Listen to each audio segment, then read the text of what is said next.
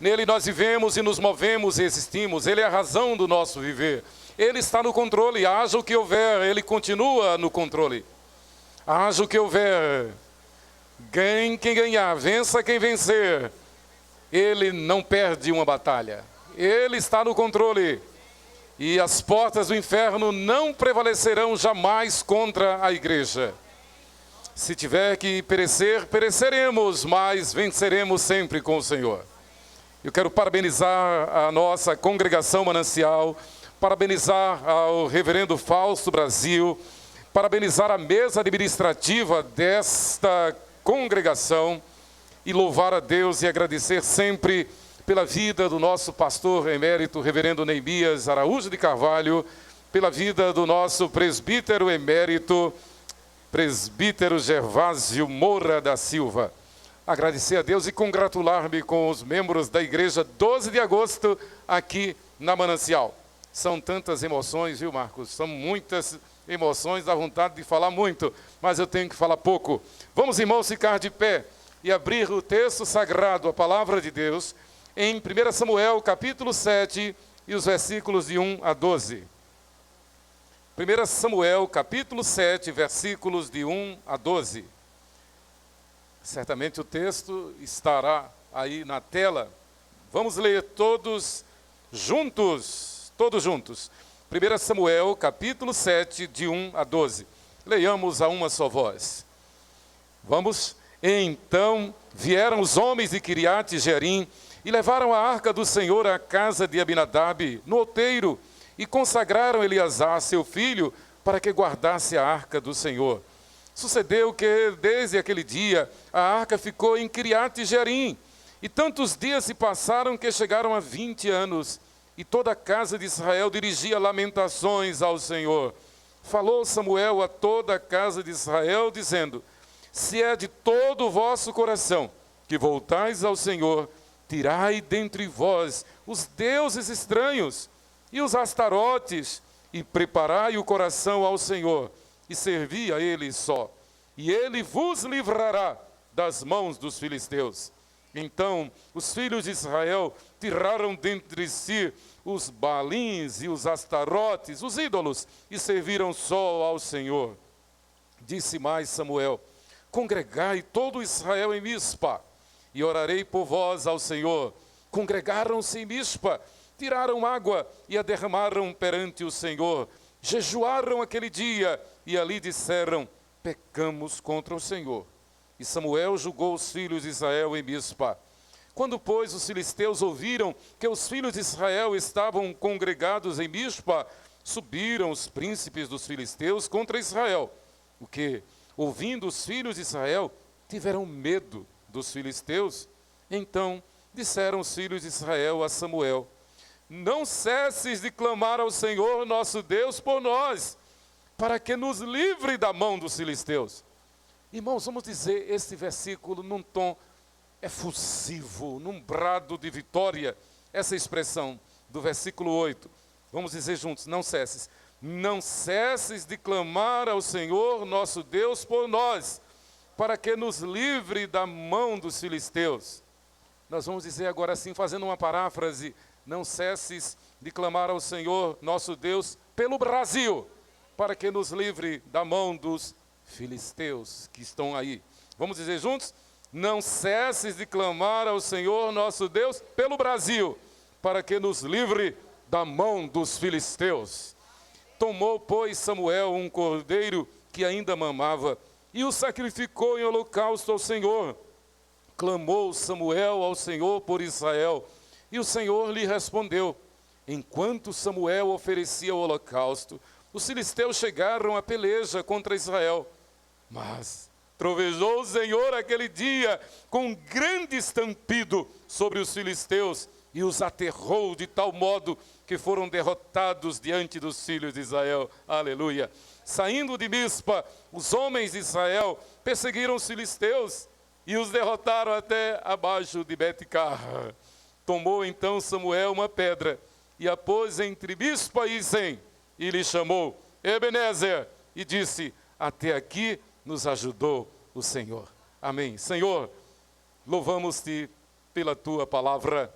adoramos-te na beleza da tua santidade e graças te damos, porque tu nos socorres, porque tu nos livras e nos permite dizer, Ebenezer, até aqui nos ajudou o Senhor. Fala, Senhor, ao meu coração. Fala, Senhor, ao nosso coração. Fala, Senhor, que o teu servo ouve. Em nome de Jesus. Amém. Podeis sentar, igreja. Até aqui nos ajudou o Senhor. A Igreja Presbiteriana do Brasil é filha de uma série de tentativas de vitória, tentativas de homens santos, inspirados, iluminados por Deus. Homens como os que fazem a história da Igreja Presbiteriana 12 de agosto, que no dia 12 de agosto de 1949 foi organizada pelo Presbitério Bahia Sergipe. Homens como o reverendo Aristeu Pires, homens como os presbíteros Dr. Eliezer Oliveira Sales, José da Silveira Sales, o reverendo Neemias Araújo de Carvalho, o nosso conselho, os nossos pastores. Hoje está aniversariando também a nossa congregação em Capela, completando 9 anos. Lá está com o reverendo Josué, o reverendo Marco Antônio, também num culto semelhante a este de ações de graças. Mas eu estava falando da história da igreja. A primeira tentativa da igreja reformada, da igreja presbiteriana, estabelecer-se no Brasil, foi logo depois que Cabral aqui chegou. Logo depois, quando os franceses invadiram a Baía de Guanabara, então Nicolau Durand de Villegagnon escreveu ao rei Francisco I de França, pedindo que ele mandasse pedagogos para cá, para educar o povo. O rei Francisco I, amigo de João Calvino, mandou uma carta para Calvino, que já estava em Genebra, pedindo que ele nomeasse, que ele recomendasse alguns mestres, professores. Calvino não pensou 2 vezes e deu o nome de 100 pastores presbiterianos, huguenotes, como eram chamados na França. Vieram para cá, foram traídos, é verdade, por Villegagnon, mas fizeram uma história gloriosa. Foi aqui no Brasil, no dia 7 de março de 1557, que pela primeira vez foi celebrada a Santa Ceia nas Américas, pelo reverendo Pierre Cartier. A segunda tentativa, essa então, os franceses foram expulsos e a igreja presbiteriana não vingou. A segunda tentativa foi também num outro ato semelhante, quando da invasão holandesa ao nordeste do Brasil, primeiro Salvador, depois Recife, de 1620 a 1650, no domínio holandês aqui no Nordeste. Então, Maurício Fonte Nassau, presbítero da Igreja Reformada da Holanda, trouxe naturalmente a igreja para cá. E houve presbitério desde Salvador até Natal, no Rio Grande do Norte. Os portugueses também expulsaram os holandeses e não vingou a igreja presbiteriana, embora tenha deixado uma história gloriosa aqui no Nordeste do Brasil. A terceira e vitoriosa tentativa foi quando a igreja mãe, a igreja dos Estados Unidos, enviou para cá, no dia 12 de agosto de 1859, o jovem pastor missionário reverendo Archibald Green Simonton. E aqui chegou. E a despeito de um ministério curto, de apenas 8 anos, porque ele faleceu aos 34 anos daquela pandemia de febre amarela.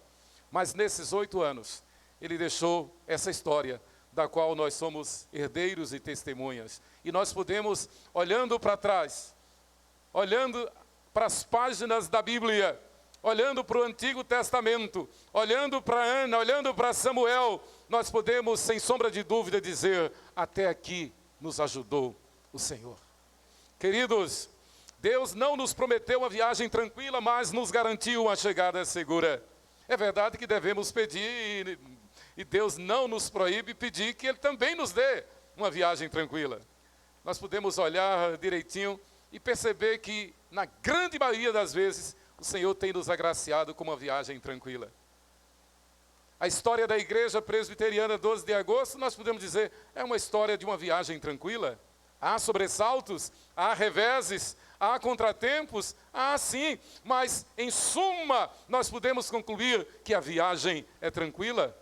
Não é fácil, mas com Cristo no barco tudo vai muito bem e passa o temporal.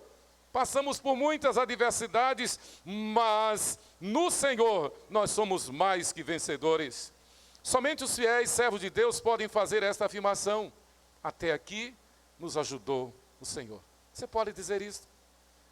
Você pode dizer, vamos dizer juntos? Até aqui nos ajudou o Senhor. E se nós formos sinceros e somos, nós vamos concluir de que apesar das adversidades, apesar das dificuldades, apesar do nosso esforço, da nossa inteligência, na verdade, nós não teríamos feito nada se não fosse pela misericórdia de Deus. Nós não teríamos feito nada se não fosse pelo favor de Deus. Queridos, a palavra hebraica Ebenezer literalmente significa pedra de ajuda ou pedra de socorro.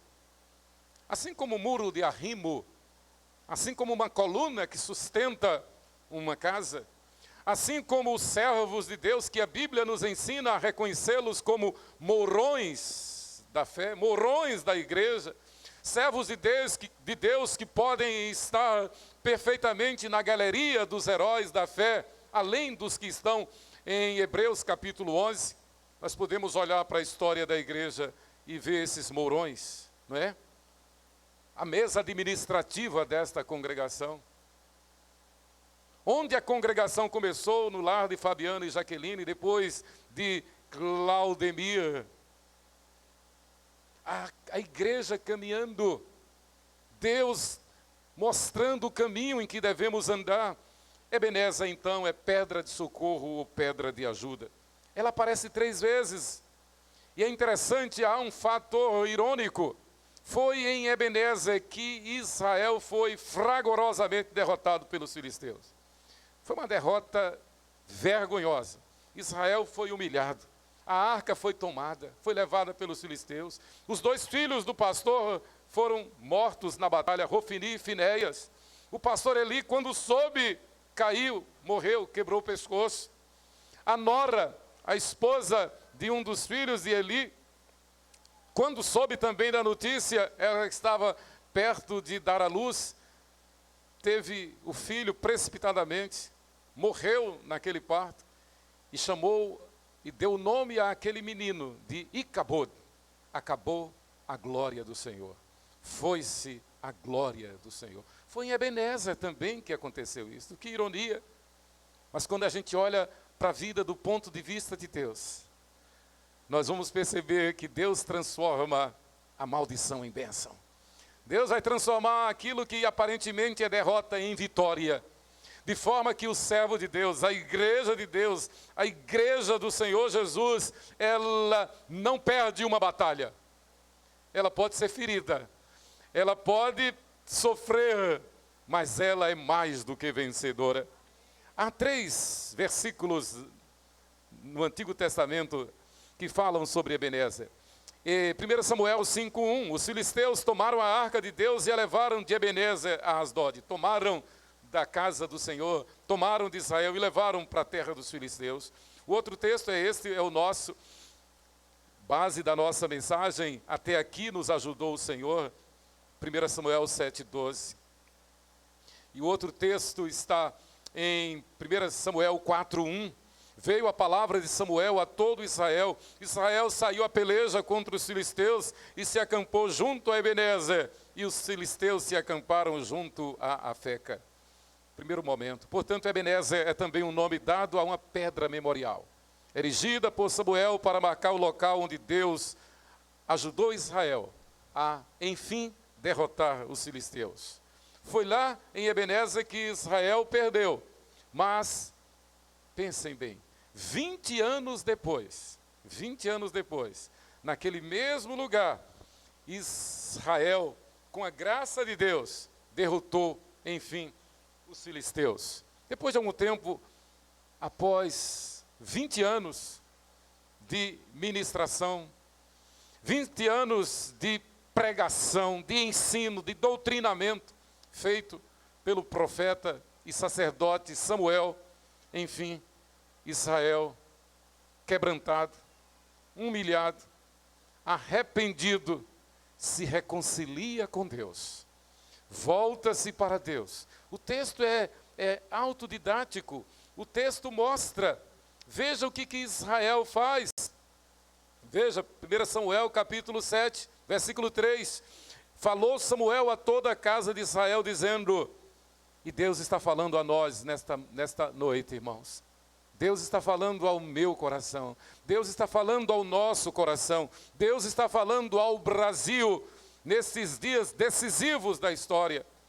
Analistas do mundo todo estão dizendo que esta eleição no Brasil é a mais importante do mundo nesta geração.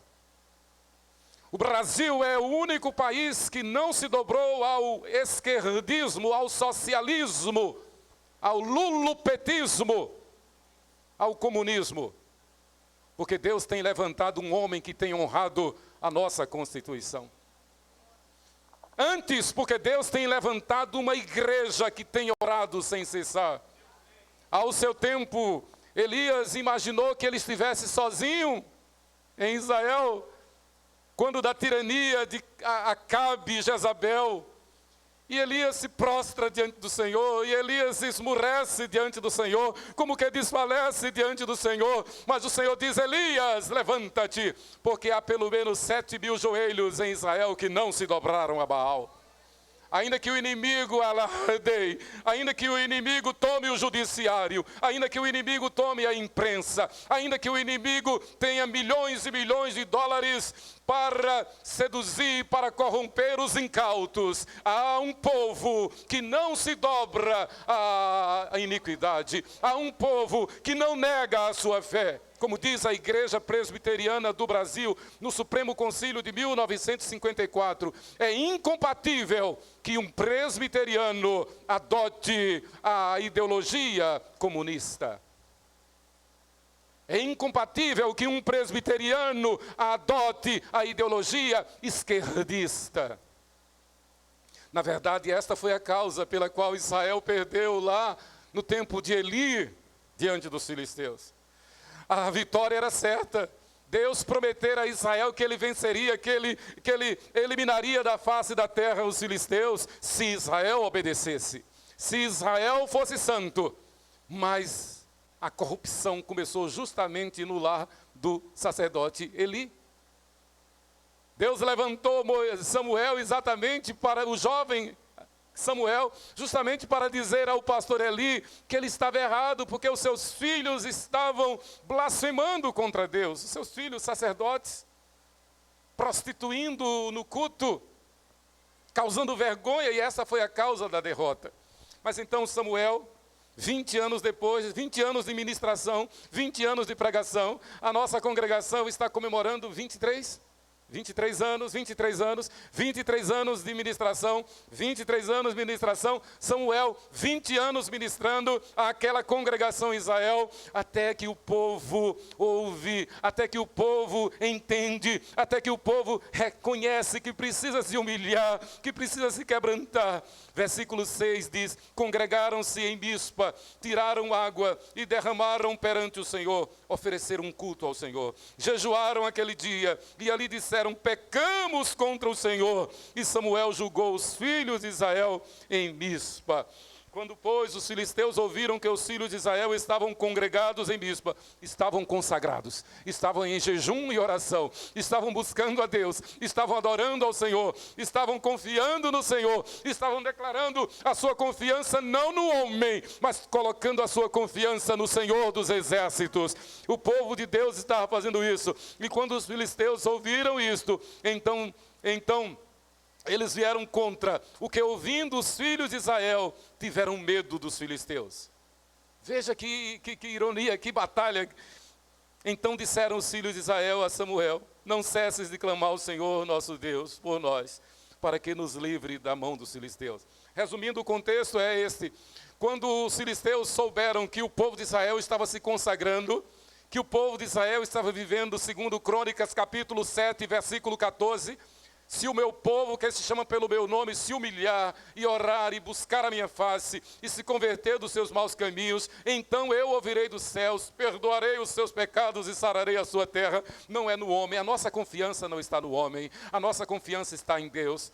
Mas nós precisamos de homens que respeitem a Deus, que respeitem a palavra de Deus, que respeitem a igreja, que respeitem o sexo masculino e o sexo feminino. Não há um terceiro sexo. Que respeite a família, que seja contra o aborto. Como é que pode um cristão votar num político que defende o aborto?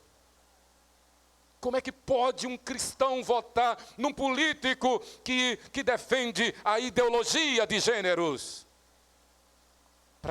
Para não ir muito longe, que defende banheiros onde um homem possa entrar num banheiro de uma menina. É o que eles querem. Ah, mas é o meu partido, eu tenho um emprego. Perca o emprego, mas não perca a sua fé.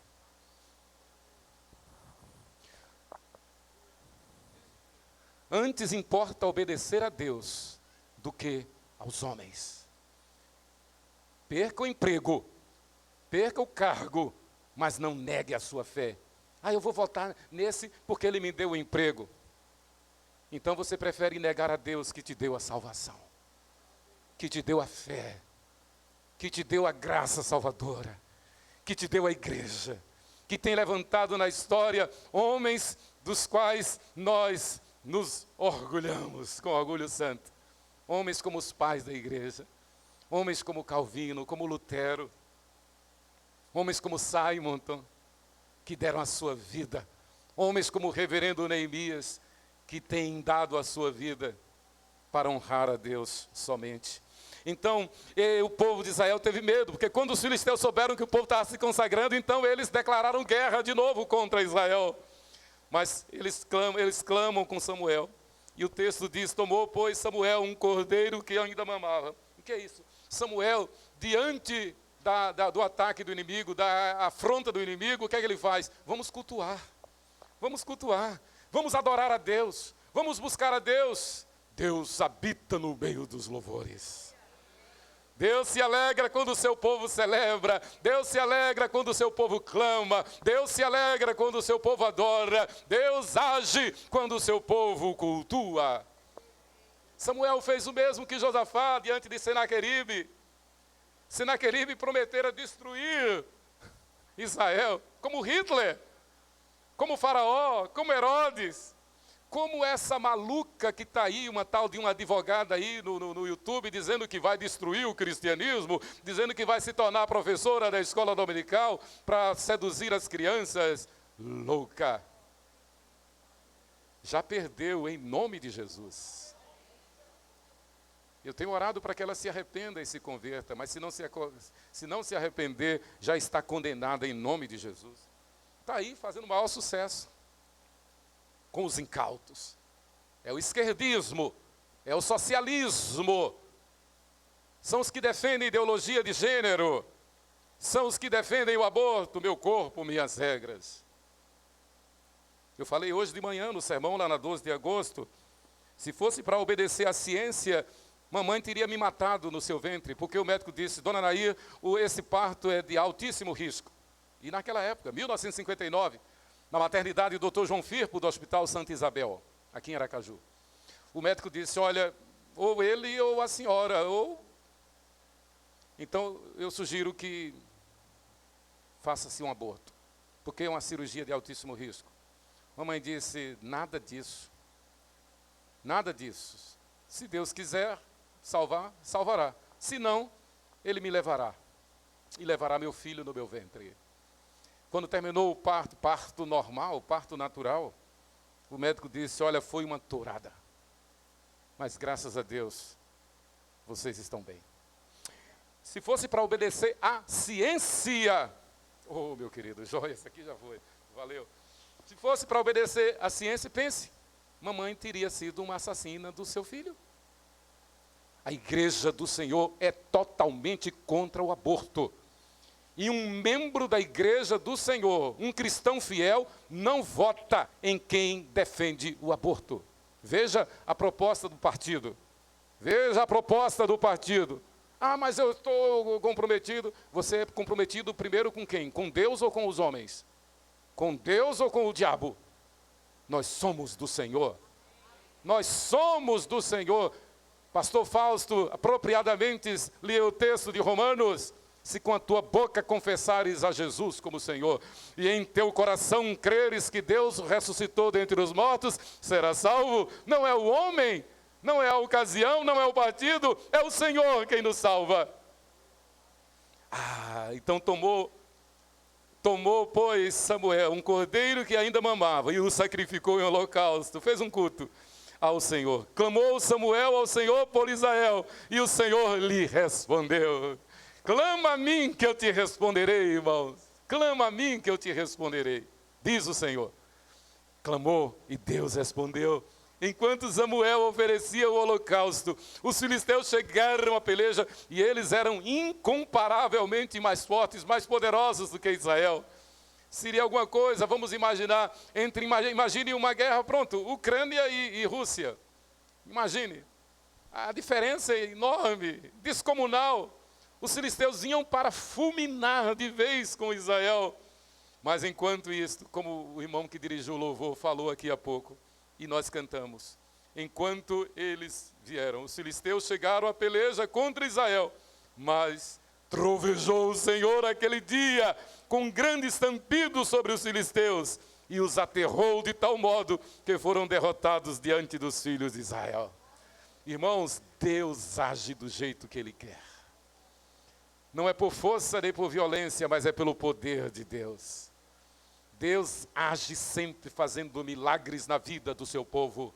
Uns confiam em carros, outros em cavalos. Nós confiamos no Senhor dos Exércitos.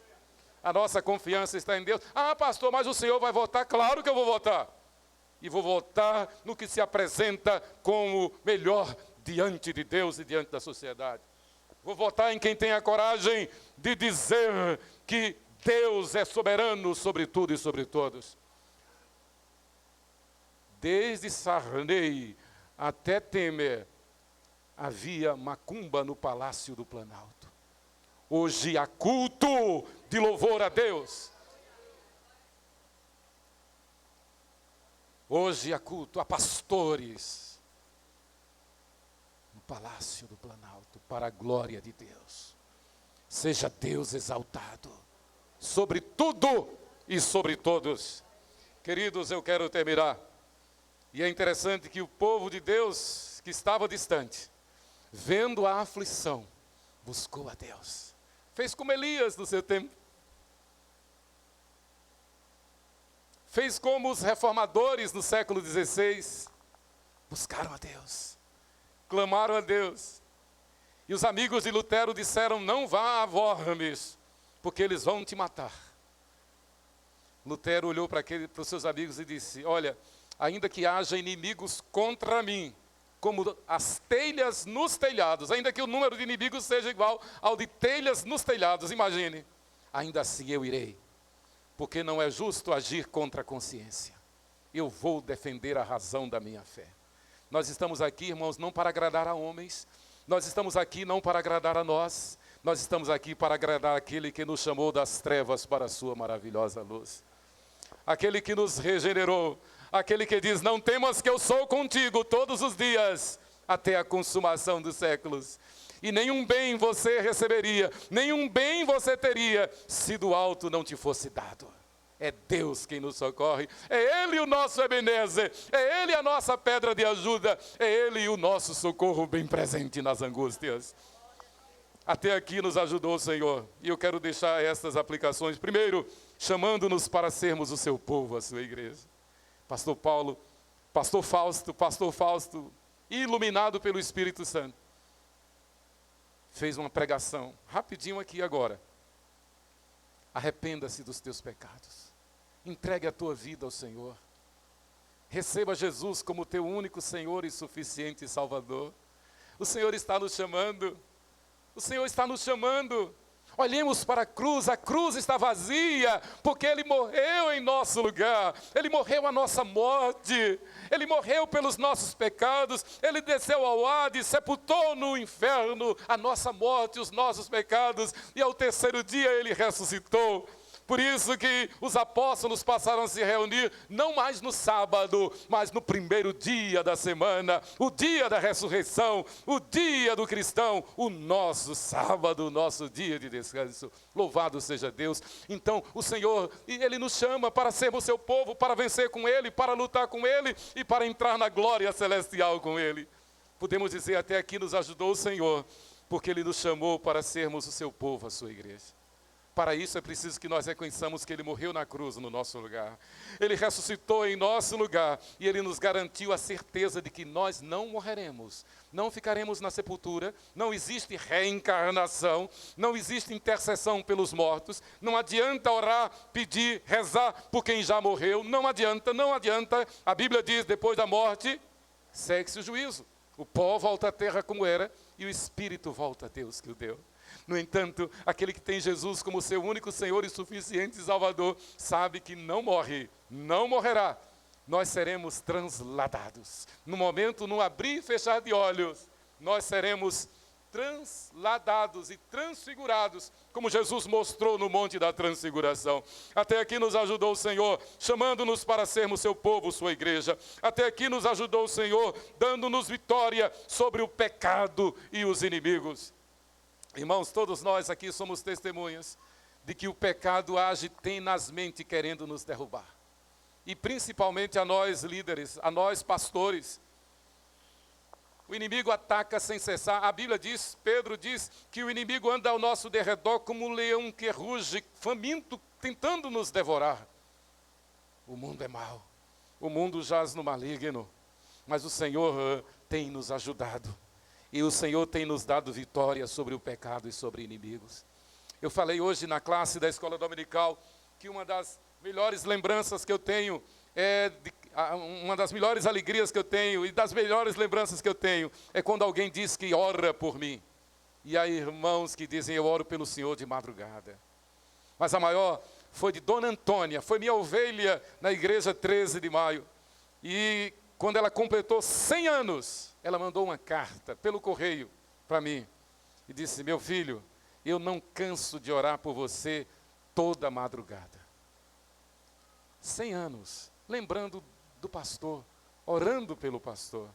Não é Dona Antônia, não são os irmãos, é o Espírito Santo operando, intercedendo por nós, para que nós não neguemos a nossa fé, para que nós gritemos bem alto que Jesus Cristo é a nossa única esperança, que nós somos mais do que vencedores, não por sorte, não por acaso, não por ajuda de alguém, não por um pistolão, nada disso. Nós somos mais do que vencedores por meio daquele que nos amou, Jesus Cristo, nosso Senhor. Por isso podemos dizer, Ebenezer, até aqui nos ajudou o Senhor. E em terceiro lugar, garantindo-nos a certeza da vida eterna. Ele não apenas nos salvou, Ele não apenas perdoou os nossos pecados, mas Ele nos deu a certeza da vida eterna. Eu sei em quem tenho crido. Irmãos, a vida não termina aqui. A vida não termina num caixão de defunto. Na verdade, a vida começa aí. Mateus capítulo 10, versículos 32 e 33, nosso Senhor Jesus Cristo diz, aquele que me confessar diante dos homens, eu o confessarei diante de meu Pai que está nos céus. Mas, aquele que me negar diante dos homens, também eu o negarei diante de meu Pai que está nos céus. O Senhor oferece, vem filho perdido, ó pródigo vem, ruínas te espera no mundo de além. Vem, vem, ó pródigo vem. Hoje, se ouvirdes a voz de Deus, não endureçais o vosso coração. Entrega o teu caminho ao Senhor, confia nele e Ele tudo fará. Eu não vou fazer o apelo, mas eu vou instruir você, aconselhar você.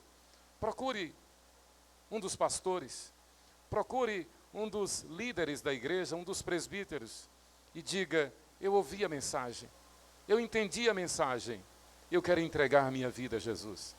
Eu quero também fazer parte daquele grupo que veio à frente, foi batizado, fez a profissão de fé. E eu concluo dizendo: até aqui nos ajudou o Senhor, trazendo a memória que nos dá esperança. Essa congregação, ela tem filha. A nossa congregação da Barra dos Coqueiros é filha desta congregação. É uma história linda. A Barra dos Coqueiros é filha da Manancial. Que lindo!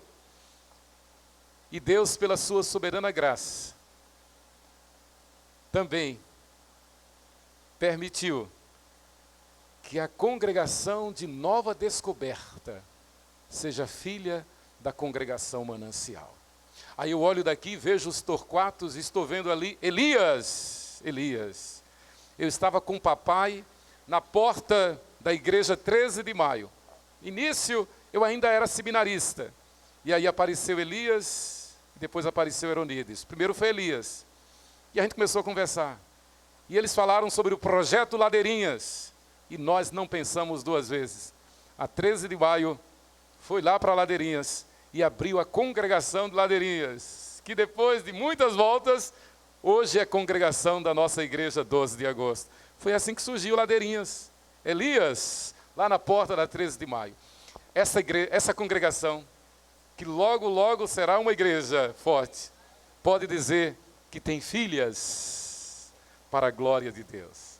Através dos Torquatos, Ladeirinhas, Nova Descoberta, pelo seu esforço, pelo trabalho do pastor Edidélcio, nós começamos a congregação na Barra dos Coqueiros. E, portanto, podemos dizer, com o nosso pastor Fausto Brasil, até aqui nos ajudou o Senhor. Que Deus nos abençoe.